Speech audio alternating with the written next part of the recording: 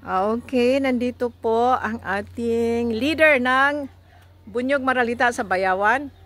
Siya na po magpapakilala sa sarili niya. At siya ay isang mangingisda, magkwento ng kanyang buhay. Isang maralita bilang mangingisda dito sa Bayawan. Okay. Ako po si George Pasinabot, taga Bayawan City. Ang hanap buhay ko kasi mangingisda lang. Okay. Kumusta ang inyong buhay mangingisda? At nandun ang pagkaalam ko, pumupunta kayo sa laot na matagal. Oo, matagal ako sa laot. Mga ilang araw? 15 days. Wow. Kaming araw doon. Bago kami uuwi sa bahay. At kumusta ang inyong pangingisda at saan kayo nakakarating? Kahit saan. Zamboanga, Oh. Cebu, Aha. Palawan. Oh, kaya pala matagal. Okay, sige. Tapos, kumusta ang mga huli ninyong isda? Minsan-minsan mayroon din, minsan wala.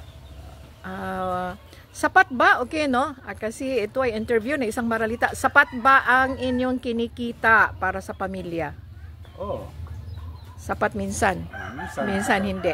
Minsan hindi. At magkwento ka nga ng iyong pamilya, George, kasi ang alam ko ang asawa mo ay nagsikap din magtrabaho sa Maynila dahil nga kulang, ano? Sige nga, magkwento ka at ilan anak mo at bakit nasa Maynila din nagtatrabaho ang asawa mo? Siyempre, nagtulungan kaming dalawa. Yung anak namin, 3, nag-aaral. Hindi kami magsikap, wala. Hindi magtapos yung bata namin mag-aaral.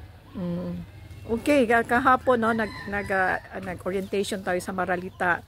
Nalaman mo yung tungkol sa sitwasyon ng maralita at anong pang pwedeng magawa pag tayo ay mabuo natin itong Bunyog Maralita. Anong masasabi mo sa narinig mo, George? Ang masasabi ko lang sa Bunyog,